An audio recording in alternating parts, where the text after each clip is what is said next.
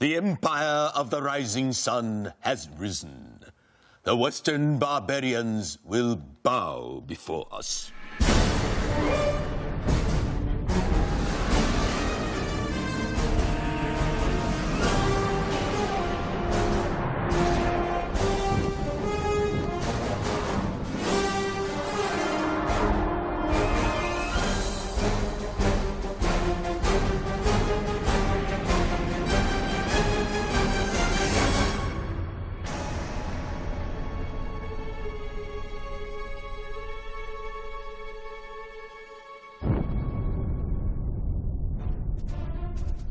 Well, Red Alert 3 is really a fantastic story. You know, I think it's really fantastic when a game has all that gameplay, but there really is a dramatic story weaving through it, and we really have one. The writers really spent a lot of time developing this story. That was a win-win for everyone, Commander. Well, not the Reds. For them, it was more of a lose-lose. It basically is a story where the Russian faction goes back in time, takes Einstein out, and that changes the history of the world, so that there are now 3 factions in the world: the Soviet faction, the Allied faction, and the Imperial faction. They are fighting for control of the world.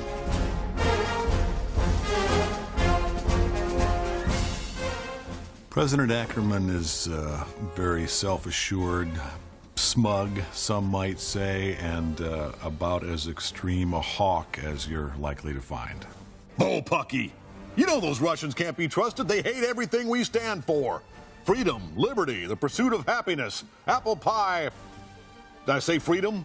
President Ackerman is not particularly open-minded about any kind of potential partnership with the commies, as he calls them. You ready to send those commies running back to their mommies? Field Marshal Bingham is an ally of President Ackerman and of the United States, and there are times when they will butt heads, one time notably, but for most of the game, they're staunch allies. I'll tell you what, Bingham, I like this new commander. Let's send him to France so he can kick a little more commie butt. Actually, sir, I was considering that very possibility.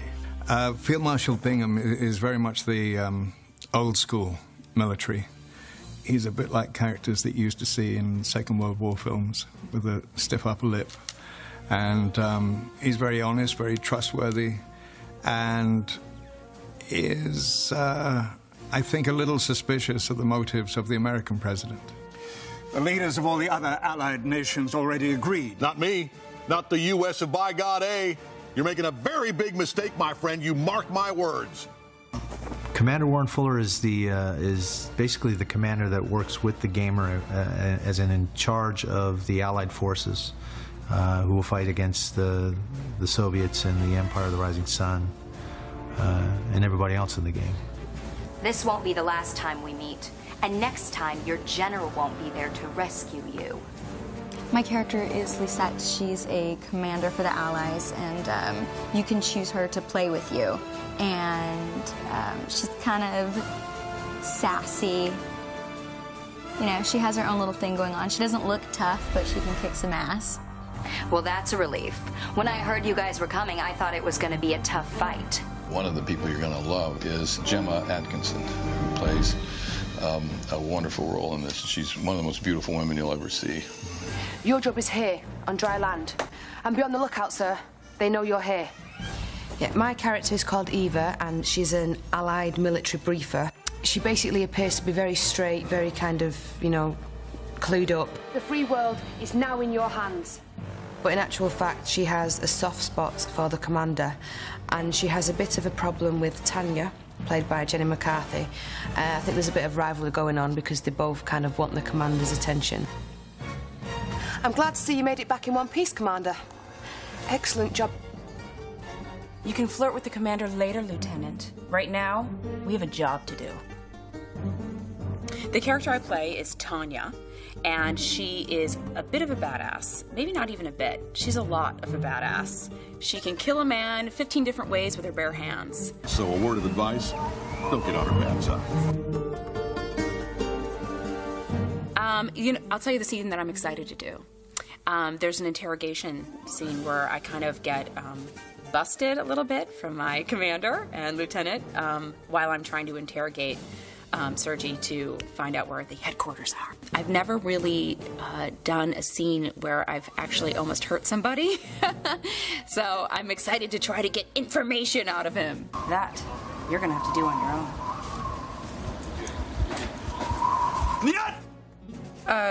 Jenny's my rival in Red Alert 3, and yes, I think I could probably take her in an MMA fight without a problem, and I'd probably just, you know, put her to sleep with a nice chokehold or something, just to make sure it's not too painful, because she seems like a pretty sweet person. I hope you were satisfied with Natasha's contribution on the battlefield. She's one of our finest. Cherdenko, the character that I play, is a soldier, but he's also a politician, and he's a great maneuverer.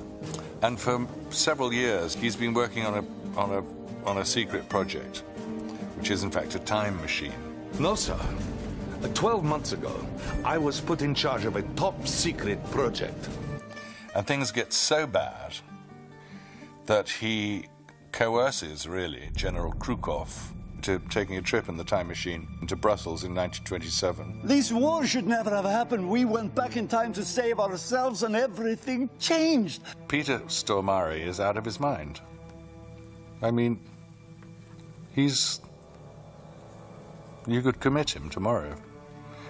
He's very funny, and perfect casting for a mad scientist, actually, because his instincts are, I think you could say, insane. Commander, this is Dr. Gregor Zelensky, possibly the greatest scientific mind of our time. Oh, no, there was another, far greater. Well, he's working for the government, and he has a pretty good salary. I presume he's a loner, and he's devoted to his job. I mean, he is determined to do good in this world, but working for the military, sometimes his inventions and his cleverness is being misused. Prepare these coordinates. No, please, please. Now! Sir, no! One of the rules of the space-time continuum, in which you travel in space, in time, is that you mustn't touch anything or anyone, because it turns to chronodust. Not touch nothing. We mustn't do anything to disrupt space-time continuum. And I think he is a decent scientist who wants to do better and to create something better for this world. But as any scientist with talent, he's a little bit, you know, loony as well. Working with Peter Stormare and Tim Curry has been wonderful. Oftentimes I find myself watching them and watching their characters come through. Whatever it is too late. Time is on our side. And of course, if you control time, you can control essentially what you do and how much power you have over it. And in one stroke, we've wiped out nuclear technology because it just won't exist. So we're going back to a very, very different world. And he thinks triumphantly to a new world order, but unfortunately, through the time-space continuum, there is a huge new enemy, which is the Empire of the Rising Sun. They're attacking! There are too many! We have to evacuate! Who is attacking? The Imperial war machine has been unleashed. Do not struggle against what is inevitable.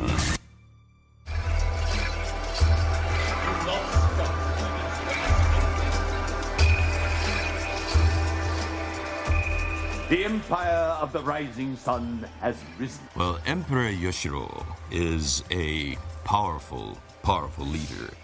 And he's also very traditional.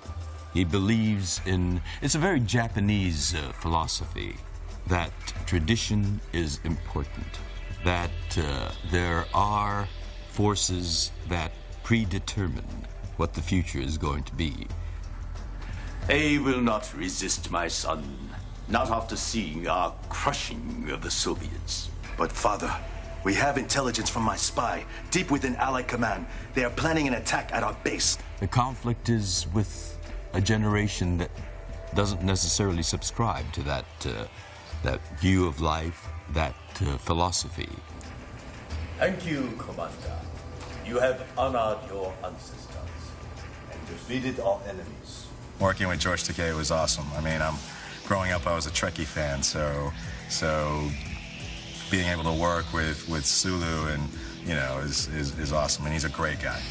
I'm playing General Tatsu. He's the son of Emperor Yoshio. He is a bit more of a rebellious type in the game, I guess, and he definitely will resort to violence or warring before his father would. Commander, allow me to introduce to you our Chief Logistical Officer, Ms. Suki Toyama. It is an honor. The Toyama family has served the Emperor for 10 generations. My character is kind of interesting because she's very fun and cute and sadistic, if you could put all those words together. And she takes great pleasure in conquering the opposition and watching people get maimed and killed. And yeah, just your average everyday girl. General, Your Highness, we are intercepting a flood of transmissions between the Allies and the Soviets. They are assembling a joint task force to attack our mainland. Soviets and Allies together?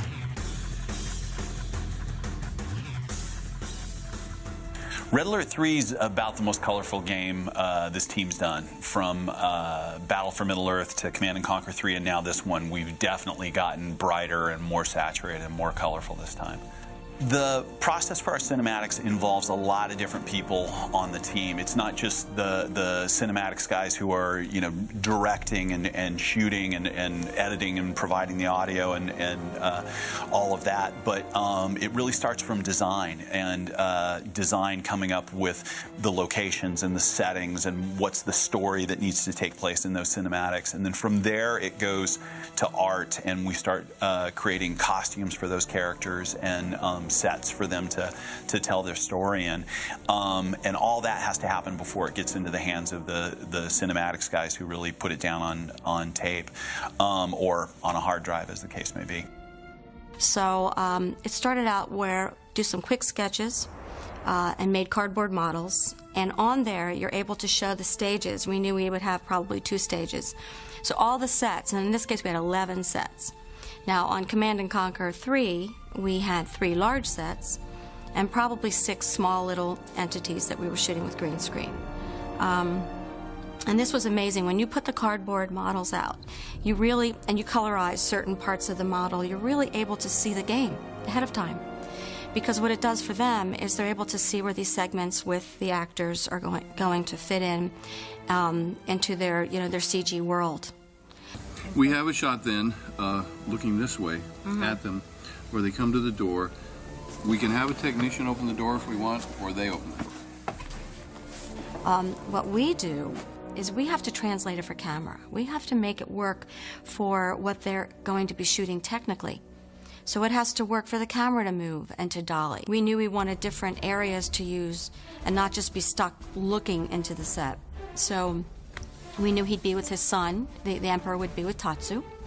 So we created, even using the shoji screen, for example, we played it initially that you're inside, looking at the whole room. We played him standing in front. And then later we were able to make it look like an exterior part, like you were on the other side of the shoji screen, by bringing in reeded outdoor, bamboo screens. We put out bonsai plants. We had a fan going for the little bristling leaves, and you really felt like you were sitting outside. My favorite set is definitely the Premier's office, where Tim Curry has all of his scenes.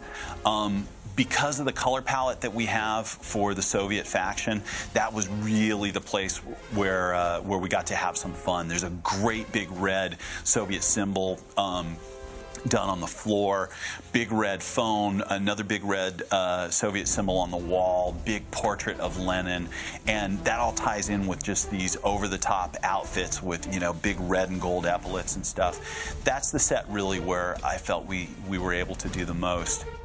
This was fun for me because I felt there was a lot more detail to deal with and a lot more fun things, you know, to try and find. Hollow, so it makes for, because we actually, especially for this part, to move easily too. We couldn't add a lot of weight to it, so putting a lot of big, heavy, you know, real books would definitely change the factor in that. Even though when you look at it here in the studio, they just look like freestanding columns. They're not even attached. When you see this on camera, this will give you the feeling that this space is double the size. You'll feel like there's a whole other half of this room that exists. And that goes into the set dressing that John did, the scale. At some point during the production meeting, they did mention it'd be fun to have a bear of some sort. And at first I was looking for a full life-size, you know, taxidermy bear, but I walked into a place called House of Props, and there this fellow was. And I thought it'd be perfect, and I thought it'd be a perfect place on the premier's desk. Welcome back, General. There's a point in one scene where Tim Curry opens up a statue, and the button for his secret elevator is hidden inside the neck of the statue of Lenin. And that's a direct homage to the old TV series that I used to watch as a kid. When we did this, we also had to do a lot of special effects in this set. For example, you know, we have the hidden, you know, the elevator, a bookcase, you press Lenin's bust head, you open it back, you press a button, it releases this humongous bookcase, and the next thing you know, you have this antique elevator that takes you to the basement, where, of course, you have your time machine. Now that's, you know, you have to make it all look seamless, like, okay, this is how it works. When the gamer is playing the game, you don't want to hit him with a lot of details, you know, him or her, and that you don't want them to think about the set too much, you know, as far as the details. You just want to present, you know, an effect for their game playing, you know, that it's there, and they basically get the idea of what we're trying to present as far as where they are. We want to, you know, make them, since it's the Russians and has to do with the Soviets, we want them to feel like, yeah, this could be the Kremlin, you know, the inside of the Kremlin.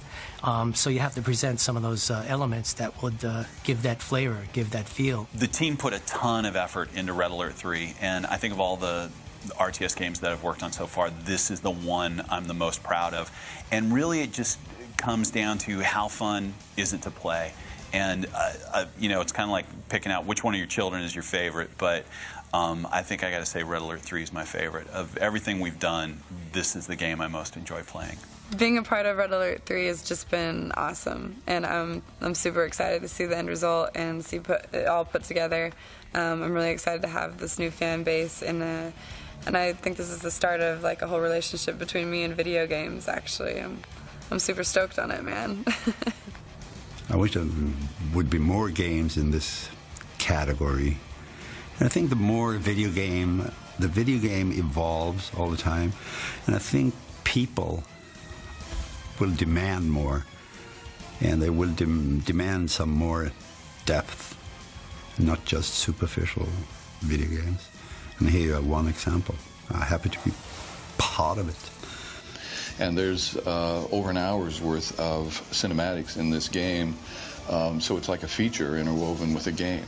We took a lot of pride in really writing a great story and making it interesting and casting it with really good people. The whole set and the costumes and, you know, the direction we've been given, it is really fantastic, and I think it's going to be, you know, an amazing final product.